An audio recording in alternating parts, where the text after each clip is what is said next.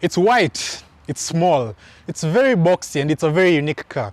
Some people might call it an ice cube, which might refer to the reason why it's a little bit cold today.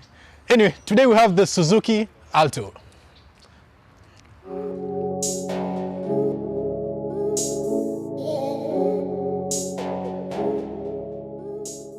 Today we're at Drivers Mart located in Karen, and they've been gracious enough to lend us a very nice Suzuki Alto for the day.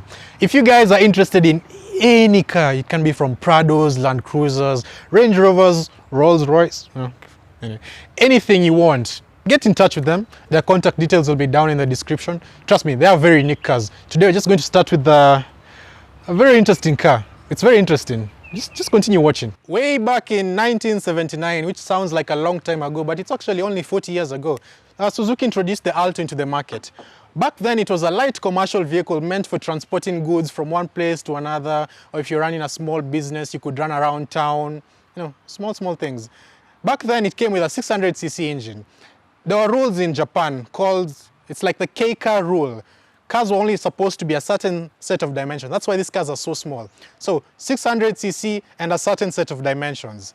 Now, the 600cc part might scare some of you because I know some of our viewers have 1000cc bikes, 750cc bikes, 125. With the 600cc, this was what came with the K-car with around 30 to 40 horsepower depending on the year of manufacture.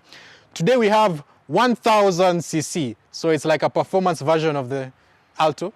4-speed automatic, which is a bit boring. But we're going to try and have a little fun today with the Alto.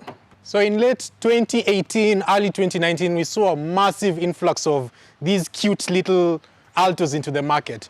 Many people wondered why, but the main reason, what I feel, is the price. You could get a new Alto such as this, a 2013 Alto, for around 450 to 500,000, which is a very, very fair price considering you're getting a new import.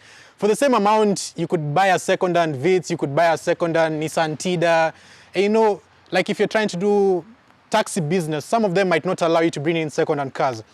Now, someone else who might be interested in such a car, you own a business and you need to deliver goods from one part of the city to another part of the city. It's very economical. It's not going to consume a lot of money on fuel. It's very, very cheap. Now, someone else who might be interested in this car is you've just gotten a job is not too far, maybe using small roads to work. This is not a car I'd recommend you to drive on the highway because the only safety features on this thing is just 2 airbags and ABS. Anyway, so it's very reliable for you.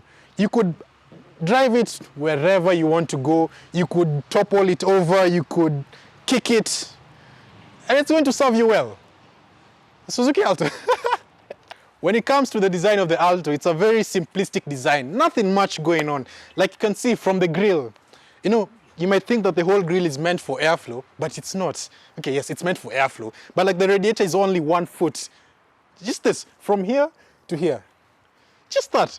Okay, with it being 1000cc, you don't expect much cooling to be going on, but if you're climbing up steep mountains, which I don't think you should be doing, when it comes to the cuteness, okay, fine, yes, it's cute. It kind of looks like, the headlights kind of look like teardrops. Maybe the engineers who are drawing it were crying when they were...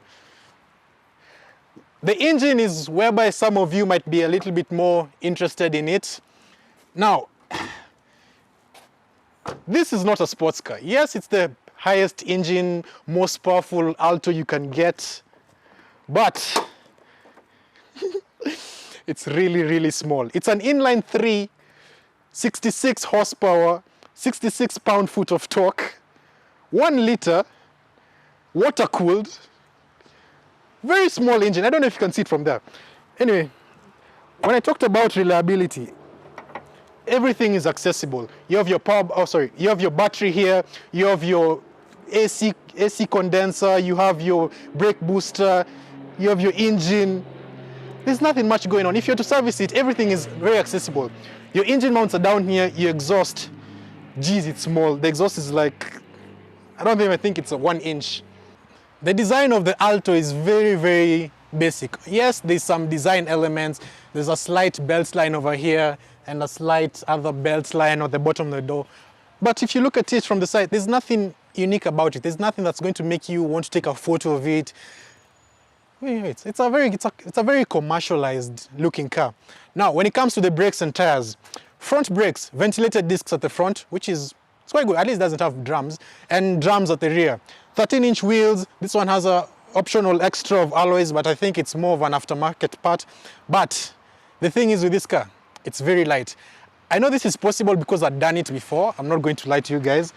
I can actually lift it, maybe like just 1 inch off the ground. So I'm going to try.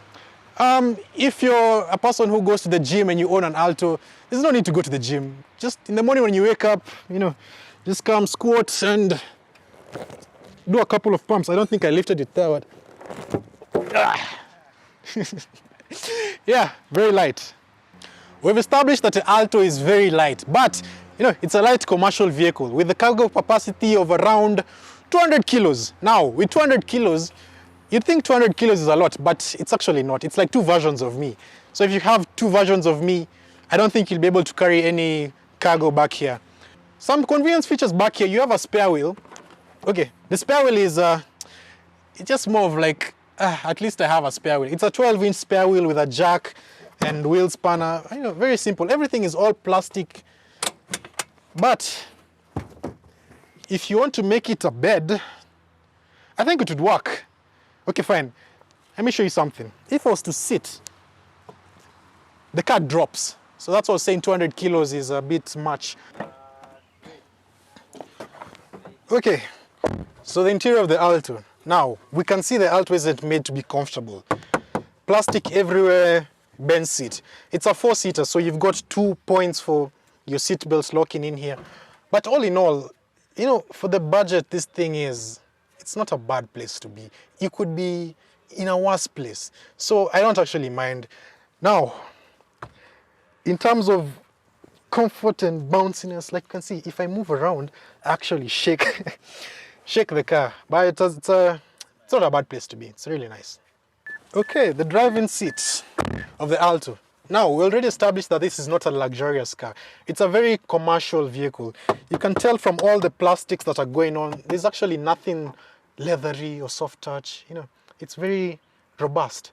When it comes to comfort of the driver's seat, at least they actually thought of giving the driver a headrest, which is a good thing. Remember at the back, we didn't have any headrests.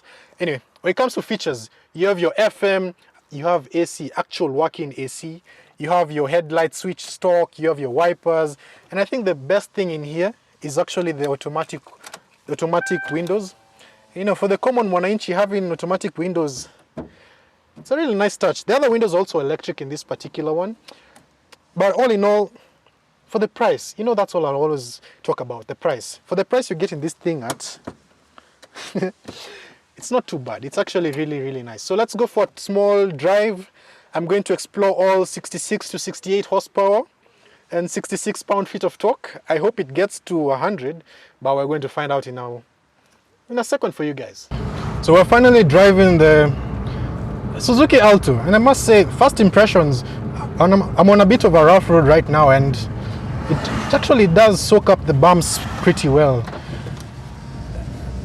Now, the CVT whine is always going to be there. It's a 4-speed CVT, but I'm genuinely curious, how does this thing accelerate? Okay, so I'm currently doing 20, foot down, we're going 40, 60, 65, 80, I think we're now in 4th gear, 90, 100. Actually, yeah, that took a long time, and my consumption is currently at 50 kilometers per liter. Jeez. No, okay, that's not the average. 9.6 kilometers per liter, full throttle pull, not too bad. So with my short drive with the Alto, I have a couple of reports for you guys. Starting with the steering feel. The steering feels very artificial.